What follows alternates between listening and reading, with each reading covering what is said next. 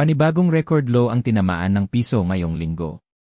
Sarado ang piso sa 61.888 kada dolyar noong Huwebes, mas mahina ng 23.8 sentimo kumpara sa 61.65 noong Miyerkules. Lumagpas pa ito sa naunang record na 61.847 noong Hulyo 24.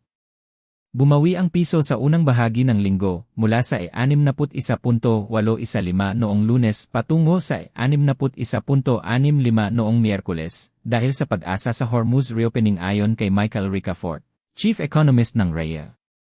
Pero bumagsak muli ang piso noong Huwebes matapos mag-expire ang 60 araw na kasunduan sa pagitan ng Ethiopia at Iran, na muling nagpataas ng safe haven demand para sa dolyar. Habang naghihintay pa rin ang mga investor sa minutes ng Federal Reserve.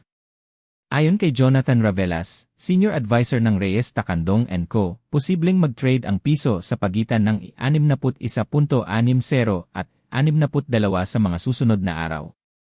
Salamat sa panonood.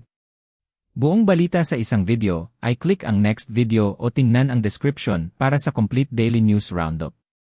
Like, subscribe, at i-enable ang notifications para sa latest news araw-araw.